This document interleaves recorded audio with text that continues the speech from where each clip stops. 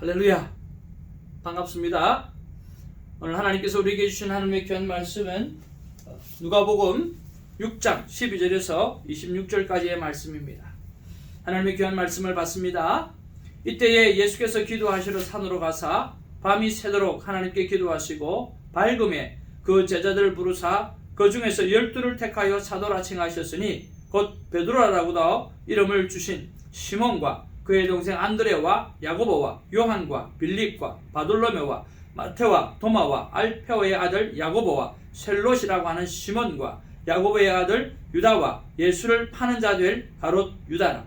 예수께서 그들과 함께 내려오사 평지에 서시니 그 제자의 많은 무리와 예수님의 말씀도 듣고 병고침을 받으려고 유대 사방과 예루살렘과 두로와 시돈의 해안으로부터 온 많은 백성도 있더라. 들어온 귀신에게 고난 받는 자들도 고침을 받은지라. 온 무리가 예수를 만지려고 힘쓰니 이는 능력이 예수께로부터 나와서 모든 사람을 낫게 함이로라.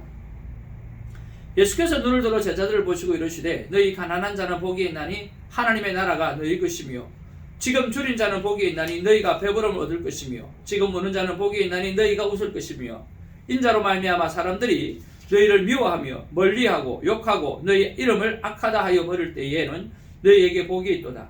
그날에 기뻐하고 뛰놀라. 하늘에서 너희 상이 큼이라. 그들의 조상들이 선지자들에게 이와 같이 하였느니라. 그러나 화 있을진저 너희 부유한 자여 너희는 너희의 위로를 이미 받았도다. 화 있을진저 너희 지금 배부른 자여 너희는 줄이리로다. 화 있을진저 너희 지금 웃는 자여 너희가 애통하며 울리로다. 모든 사람이 너희를 칭찬하면 화가 있도다. 그들의 조상들이 그릿 선지자들에게 이와 같이 하였느니라. 아멘. 오늘 이 본문의 말씀을 가지고 우리가 무엇을 묵상하고 또 무엇을 하나님 앞에서 교훈으로 받아야 될지 한번 생각해 보기를 원합니다. 예수님께서는 갈릴리 사역을 시작하시면서 회당 중심의 사역을 하시고 그리고 오늘 2차 사역을 지역 순회를 돌아다니시면서 갈릴리 주변으로 다니시면서 그렇게 사역을 하셨습니다.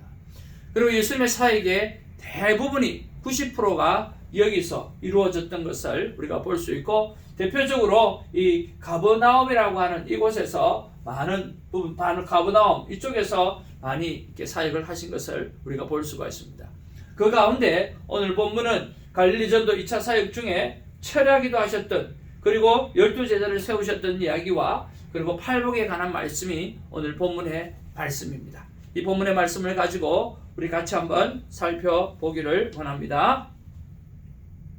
자, 제일 먼저 우리가 생각해 보아야 될 것은 누가복음의 전체 묵상입니다. 누가복음을 묵상할 때마다 우리가 예수님의 현재성에 대해서 한번 생각해 보자 라고 말씀했습니다.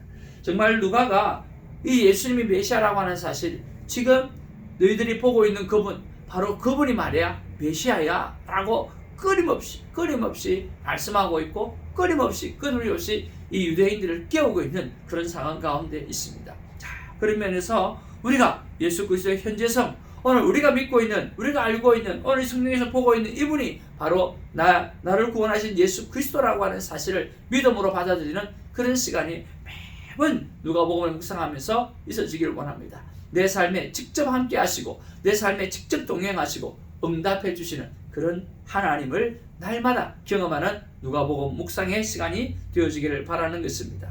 오늘 12절에 16절에 보면 예수님께서 철야기도를 하신 후에 12제자를 세우십니다. 12절에 보니까 이때 예수께서 기도하시러 산으로 가사 밤이 새도록 하나님께 기도하셨다. 어떻게 해요? 밤이 새도록 기도하셨다는 거예요. 예수님이 철야기도 하신 것이죠. 그리고 예수님 하신 일이 뭡니까? 오늘 예수님께서 오늘 바로 12제자를 선택하셨어요. 예수님이 정말 콰이어 타임, 성부 하나님과 콰이어 타임, 성령 하나님과 콰이어 타임, 이렇게 성부, 성자, 성령 이 세 하나님이 함께 콰이어 타임을 가지고 서로 귀한 시간을 나누고 난 다음에 어떻게 할까? 우리 인류를 구원하겠어 어떻게 할까? 그래서 12제자를 먼저 세우는 것을 볼 수가 있습니다. 자, 그러면서 우리가 묵상해 보아야 될 것은요, 예수님이 나를 선택하셨잖아요. 우리를 선택하셨잖아요. 그러면 나는 어떤 삶을 살아야 하는가 하고 하는 것을 우리가 묵상해 보아야 된다고 생각을 합니다.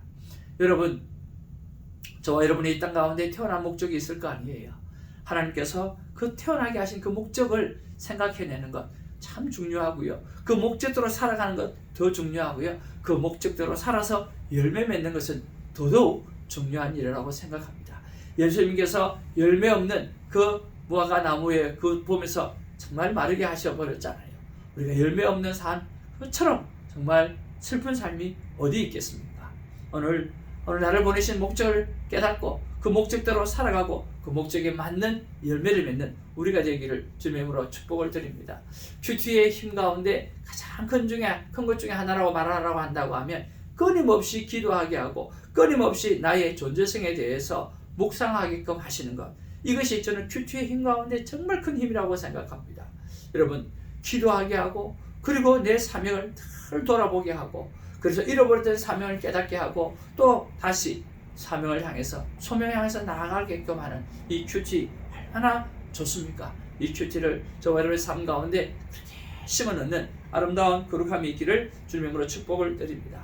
두 번째로 우리가 생각해 봐야 될 것은요, 바로 예수님의 가르치심입니다. 17절에서 26절까지 나와 있는데 예수님께서 팔복을 말씀해 주셔요. 오늘 그 가운데 축복된 말씀 주시고 화가 될 말씀을 주시는데 무엇이 축복이 되고 무엇이 화가 되는지 우리가 한번 살펴보기를 원합니다. 여러분, 무엇이 축복이 되고 무엇이 화가 됩니까?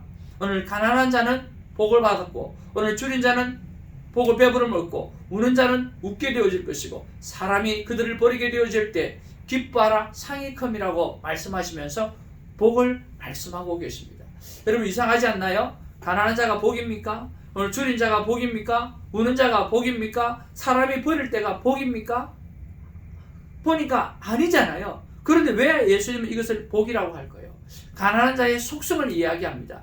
가난한 자의 속성은, 오늘 배고픈 자의 속성은, 오늘 정말 우는 자의 속성은, 오늘 사람이 버릴 때 속성은 하나밖에 생각하지 않아요. 오늘 바로 먹을 것을 생각한다거나 아니면 좋았던 것 그때를 생각한다거나 하나만 생각하게 되어져 있어요. 그 하나가 무엇입니까? 바로 예수 그리스도라고 하는 것입니다. 오늘 정말 줄인 자, 배부른 자, 가난한 자, 심령이 가난한 자, 그런 사람들이 오늘 하나만 생각한다고 할 때 오늘 예수님의 말씀을 생각하는 사람, 바로 그 사람은 축복받는 사람이라고 말씀하는 거죠. 근데 반대로 부유한 자, 오늘 배부른 자, 지금 웃는 자, 모든 사람에게 칭찬받는 자, 오늘 그런 사람은 화가 된다고 말씀하고 있어요. 왜 화가 됩니까?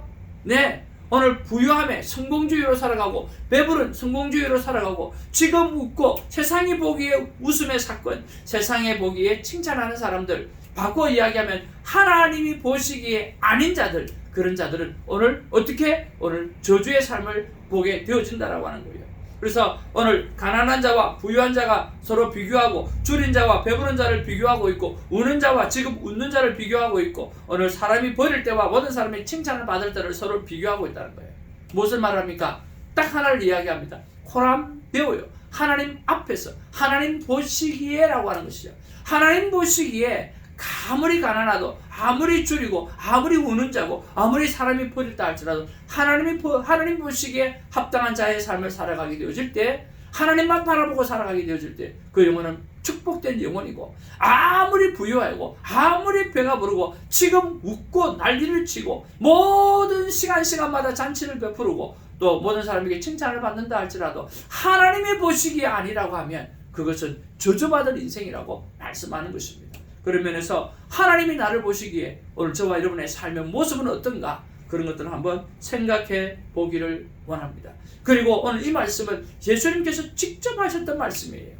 나는 누구의 음성을 듣고 따르는가? 내가 즐겨보는 말씀은 어떤 부분인가? 성경의 창세기부터 계시록까지 여러 사람들이 그렇게 성경에 쓰고 기록을 하고 있어요. 다 중요합니다. 성령의 감동으로 되어졌기 때문에 다 중요한데 저는 한 번 더 생각해 보는 거죠. 예수님이 직접 하셨던 말씀, 그건 좀 더 중요하지 않겠는가? 하나님이 직접 하셨던 말씀 또 좀 더 중요하지 않겠는가? 라고 하는 거죠. 많은 신학자들이, 오늘 제자들이 말을 하고 또 성경 역사학자들이 이야기를 하는 그런 모든 것들을 가서 맨 마지막에는 오늘 검증을 예수님의 말씀에 한다는 거예요. 예수님의 말씀에 다 검증을 하는 거예요. 왜? 예수님의 직접 하신 말씀이기 때문에 그래요. 그만큼 예수님이 직접 하신 말씀은 중요합니다. 그래서 오늘 저와 여러분들이 성경책을 사면 요즘 빨간 책에 빨갛게 기록된 부분들이 있어요. 바로 예수님이 하셨던 말씀이거든요. 성부 하나님이 하셨던 말씀 말입니다. 그럼 빨갛게 기록되어져 있어요. 그런 부분들만 골라서 찾아서 한번 읽어보는 것도 좋은 도전이 아니고 좋은 아버지 적용이 아닌가 하는 그런 생각을 해봅니다. 사랑하는 성도 여러분, 오늘도 말씀을 펼치니까 하나님이 말씀하십니다. 뭐라고 말씀하십니까? 기도는 어떤 작정하고 하는 게 아니라 호흡처럼 하는 것이라고 말씀하는 것입니다. 예수님은 기도를 따로 시간을 정하는 것도 한적한 곳에 가셔서 시간만 되면 하나님 앞에 기도하고, 때로는 철야를 기도하고, 때로는 새벽에 기도하고, 때로는 그렇게 많은 사회 가운데 한 걸음 물러서서 또 기도하시고, 순간순간 예수님은 호흡처럼 기도를 하셨어요. 우리의 삶 가운데 모든 순간순간들이 기도의 순간들이 되어지기를 주님의 이름으로 축복을 드립니다. 저 같은 경우에는 참 잘 적용하고 있다, 이 참 적용으로 잘했다라고 하는 것은 기도 부탁을 받으면 바로 그 자리에서 기도하는 거죠. 바로 그 자리에 기도하는 거예요. 사실 그때 기도하지 못하면 두 번 기도하지 힘들 때가 참 많이 있잖아요. 그래서 기도 부탁을 받거나 또 그렇게 하면, 그리고 생각이 나거나 하면 그 자리에서 바로 기도하는 거. 바로 내가 이 문제를 생각하면 그 자리에서 바로 기도하는 거죠. 놓치지 말고 바로 기도하는 거죠. 그것이 바로 호흡 기도입니다. 순간순간마다 생각나지고, 순간순간마다 기억나지고, 순간순간마다 깨달음이 주어질 때 바로 기도하는 거죠. 그래서 기도는 작정하고 하는 것이 아니라 호흡처럼 하는 것입니다. 그리고 너는 나 예수님의 말에 귀를 기울이라. 어떤 말씀보다 우리가 중요한 게 예수님의 말씀이잖아요. 그 말씀에 귀를 기울이는 저와 여러분 되기를 주님의 이름으로 축복을 드립니다. 이렇게 묵상을 했다면 순종할 삶을 구체적으로 찾고 순종해 보기를 주님의 이름으로 축복을 드립니다. 여기도 귀한 약속이 있습니다. 너희가 절겨 순종하면 땅의 아름다운 소산을 먹을 것이라 말씀하고 있습니다. 여러분, 기쁨으로 순종하기를 바랍니다. 억지가 아닙니다. 정말 기쁨, 감사, 그것으로 순종하시기를 바랍니다. 땅의 아름다운 소산을 먹게 되어질 것입니다. 내 집은 만민이 기도하는 집이라고 말씀했습니다. 오늘 우리가 하나님의 성전이잖아요. 오늘 기도로 가득 채우시고 호흡 기도로 가득 채우셔서 하나님의 비밀을 그때그때마다 받고 그것을 가지고 삶 가운데 동행하며 실천하며 하나님께 영광 올려드리는 저와 여러분이 되어지기를 주님의 이름으로 축복을 드립니다. 여러분, 사랑합니다. 축복합니다. 하나님이 여러분을 선택하시고 오늘 부르셨습니다. 할렐루야.